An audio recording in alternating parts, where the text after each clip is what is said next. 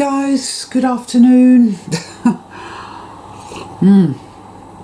Well, 2020, which is 22, so that is a larger echo, as it were, of the number 2.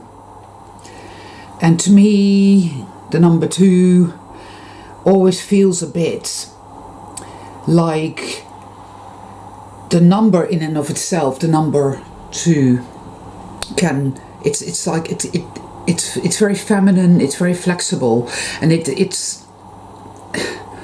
can bend and bend and bend and bend and never ever break. No matter what pressure you put on it, it just never breaks.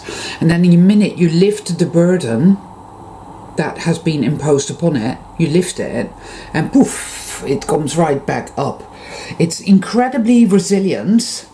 It has almost infinite powers of regenerative ability, and we have a double of that, 22. Now this year is hit like a fucking ton of bricks. Good friends of mine, her mother died on January the 1st, just like that, completely out of the blue. Nobody expected it. There had been no disease. She's only in her early 60s, so not very old. Just like that.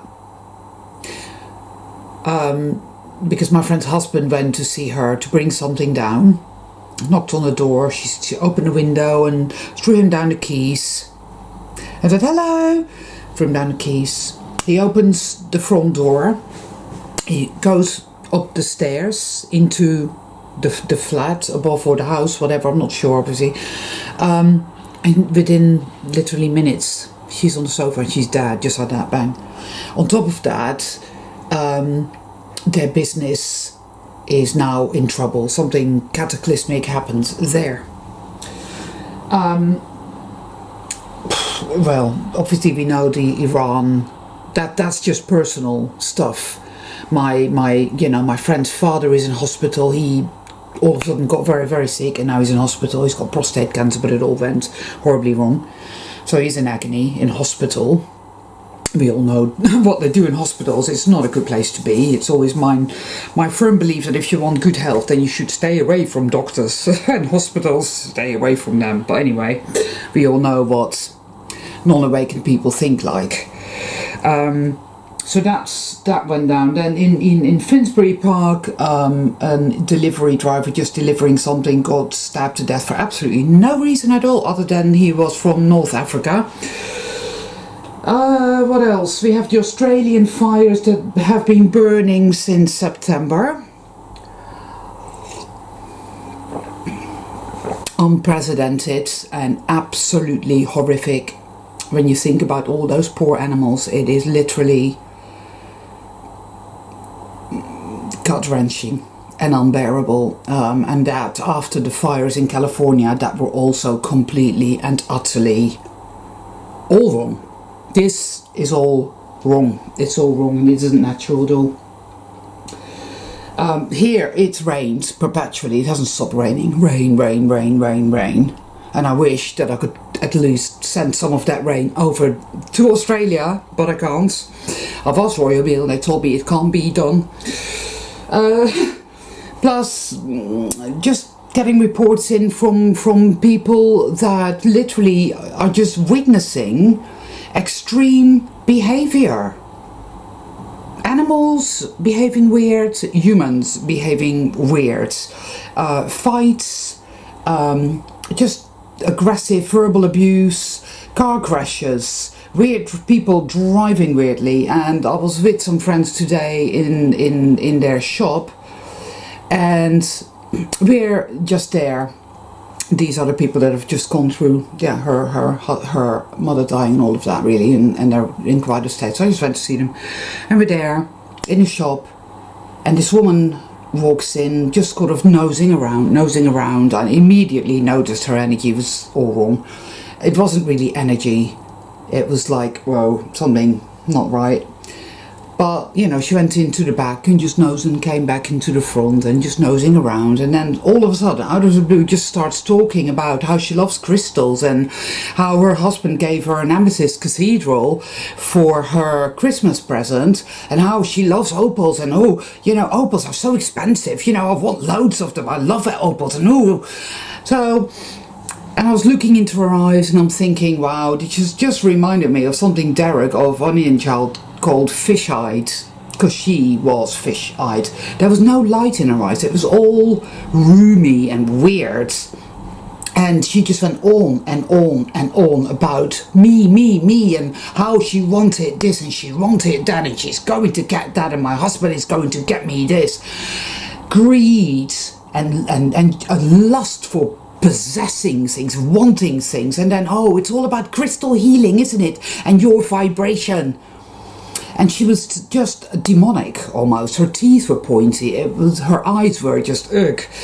And I said to her, I just felt like compelled to say it. I said, so crystal healing, that's interesting, because I hope you understand that these crystals do have to come out of the earth and that there's people all around the world now hacking these crystals out, that there are people hacking these opals out of mines on land that actually belongs to the Aboriginal people. If you could even say that anybody owns anything, at any rate, it's their sacred land that these people have no right being on, let alone being on with these bloody, you know, contraptions hacking out all the opals.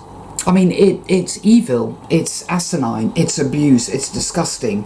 And she looked at me and just went, like, oh, anyway, so my husband's going to get me this and he's going to get me that. And then she starts going on about Kashmiri sapphires and how she wants more of this and she wants to go to Afghanistan, she wants this from Afghanistan. And in the end, I mean, there's me and there's my friends, and we're just looking at each other and we just sort of like silently consent to just ignore her and just give her a blank facade, so hoping that she will just go away. So she did. She left because she wasn't getting any joy from us, and she just literally just left, bounced off our energy, and disappeared. And we just looked at each other and just went, wow, that was really toxic. It was a malevolent entity. That's the only way I can describe it as. A malevolent entity, a devourer, a parasite. It made me, I can't even call it her, because it was an it. It was an it.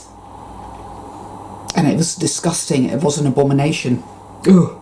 So that as well brought the beginning of 2020 into a really stark contrast. Contrast? I don't know exactly, but you know, it just really said to me, yes, that's about right. It's this year has started off with a massive bang, quite dark, as one would expect, and yet I feel as if it's all very meaningful. So I did my first video. I recorded my first tarot card reading video for my other channel, which is new, Phoenix Fire Tarot it's called. So those of you who haven't heard about it, please go and have a look and subscribe and like. I would really appreciate that. I need a bit of support with that to get that to take off. Because it's something that I really want to do. I want to contribute more to the great healing in this world and to help bring forth the great healing. It has to be done. Reset. Because, well, something's got to give here, people. It really has to. And we have it within our power to turn the tables on this shit by taking back control of our consciousness. And I've been doing a lot of work on that throughout the last year, really, 2019, but it's really picking up a pace here, and having to really stand my ground.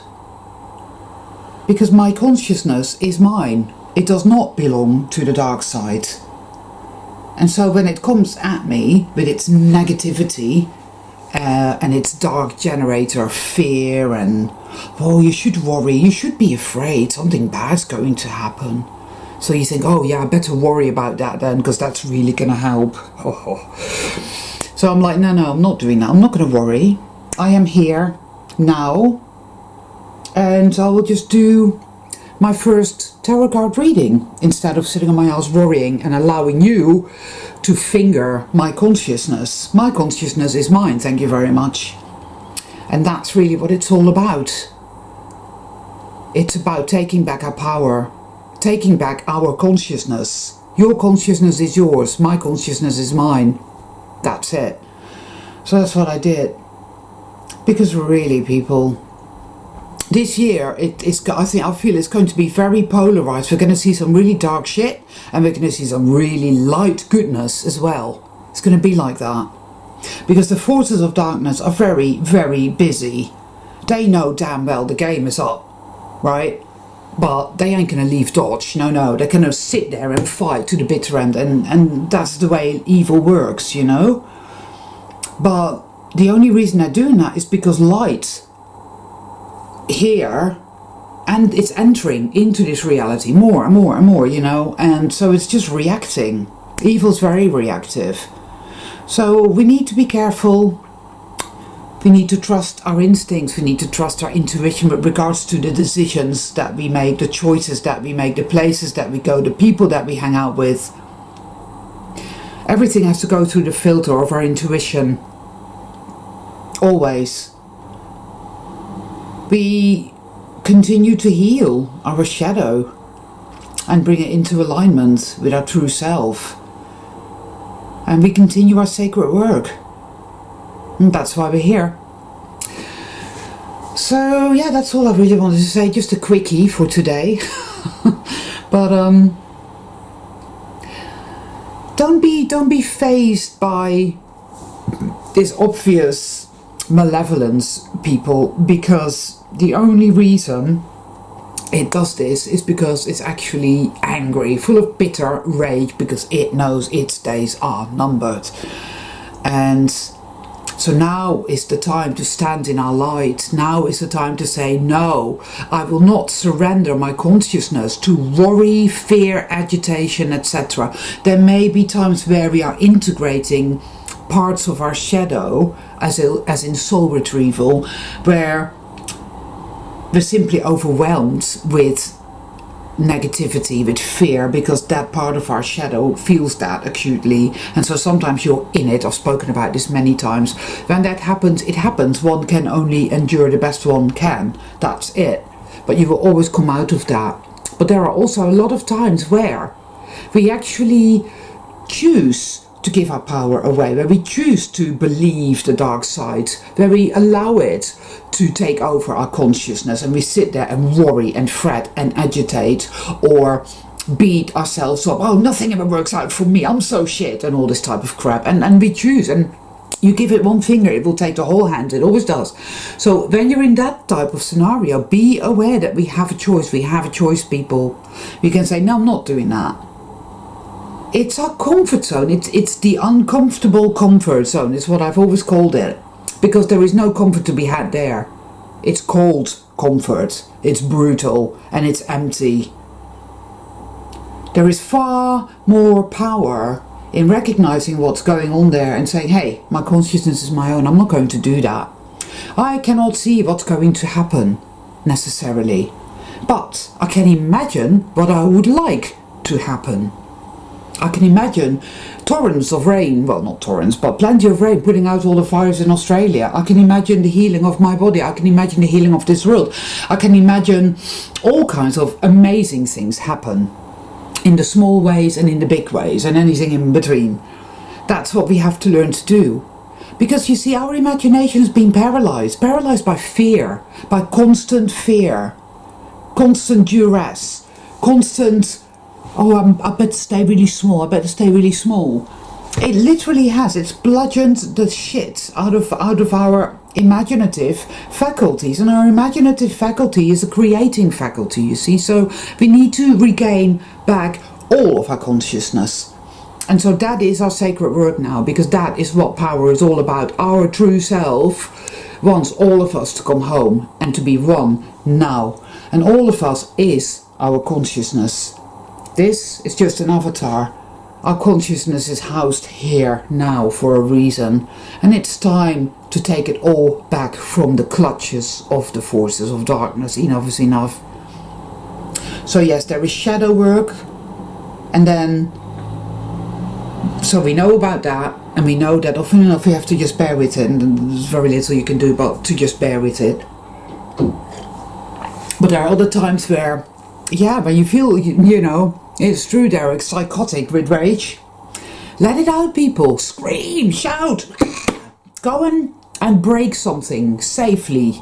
But let it out. Let it come up. Let it come out. We have every reason to feel all these horrible emotions. They are not pleasant to feel, but they are all relevant. But whenever possible, take back your consciousness from the clutches of darkness. This is a choice that we have, and we can make it every day, every week, every month. And it will be so.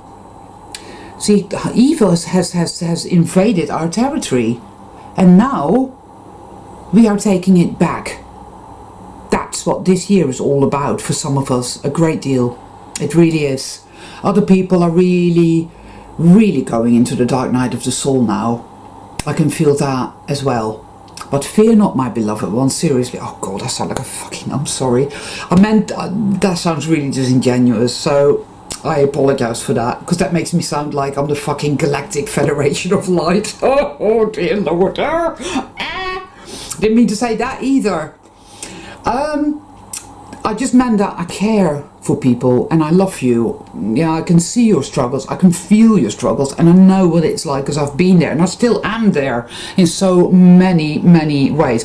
And so when I say my beloved ones, I mean this completely. It comes straight from my heart. I love you, I care about you people. You are beautiful people, you are amazing people, we all are, and we have been through so much. So don't give in to the fear. Whatever journey you are on, whatever you are about to experience in this very intense year, it will be to the highest good, and that will be revealed over and over again, and there will be guidance, there will be a shitload of synchronicity. And I know some of you are in situations where it feels as if you are at the end and staring into the abyss. You're wondering, for example, about death. Somebody left a comment and asked me about death and what is death like. Well, again, I cannot give you any definitive answers really on anything. I can't do that. I would be out of order, and it would not be me right for me to do that. I've read up a lot on near-death experiences that people have had. Some of them are very fishy. I don't trust it. But some of them are very interesting and seem very wholesome. I feel with all my heart that I've lived many lifetimes. I remember them. And I am here. And I'm okay. You get my drift? You will not be destroyed, for you are infinite. You're an infinite soul. You're a soul traveler. So don't worry, and don't take on board all the things that these people say. Oh, you shouldn't go into the light, and you shouldn't do this, and you shouldn't do that, because they are not you. You need to go within yourself and go with what feels right for you. That is what you need to do. You know, because other people cannot tell you what will happen or what you should do, that is something that you need to work out for yourself, as I have had to work it out for myself. But you're used to, we all are used to listening to the hierarchies and the people that claim to know these things and, oh, please tell us what to do. But it doesn't work that way. Being a soul traveler is all about taking back your power, meaning that you have a shitload of power that you can take back, you see. So death is not a problem, in my humble opinion. It's not. For I've died many, many times, and here I am, and I'm perfectly cool, and I'm doing the sacred work. So I feel that most likely that will be the same for you, you know. But this is something that you need to look out for by yourself. You need to ask these questions, go within, trust your intuition. And I know that's hard when you're very, very depressed and you cannot feel your intuition and you cannot sense the guidance and you feel abandoned all alone in a dark place. I know that feeling very well. Sooner or later, some answers, some clarity, some understanding will come. It will. It will reach you. There are some really good documentaries on near-death experiences, so I will see if I can find them and post them in the Dropbox below. I'm not saying they are the truth. I'm just saying that they are interesting, as in watch them and see how you feel about it, and maybe see a few pearls and extract those. Extract only what resonates, leave the rest. But I'll see what I can do in terms of that and post it in the Dropbox below for you. So yeah, I think I'll leave it there today, guys. So I will also post a link to the tarot card reading that I've posted on Phoenix Fire Tarot, but if you guys could hop over there and subscribe, that would be fantastic. I would really appreciate that, because like I said, I can really use the support there. It's new and I'm a little bit nervous and it's all a bit like, ooh, because I want to set up my own business doing you know, tarot guided soul journeying for the soul traveler community. I'm not quite ready for that just yet, but I hopefully will be in about 3 to 4 months, maybe a little longer, maybe a little less long, I don't know. We'll see how the channel goes, Phoenix Fire Tarot. Anyway, that's all for today, people, and all my love to you. And yeah, hang in there and do the work, people. Stand your ground. It's your consciousness, not theirs.